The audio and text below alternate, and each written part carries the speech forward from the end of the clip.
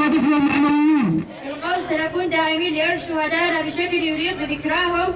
سنتوج نضالهم بالنصر. وقعت إن بريطان هي رمز المرأة المقاومة التي رفضت الخضوع والاستسلام للخونة، وعهدت بالاستمرار على نهج المقاومة والحرية والسير قدما على الطريق الذي رسمه القائد الشاب عبد الله أوجلان، ومناضلات الحرية حتى الوصول لمجتمع ديمقراطي حر. وقعت إن الشهيدة بريطان لم ترضى بكل الضغوطات التي بعرفها.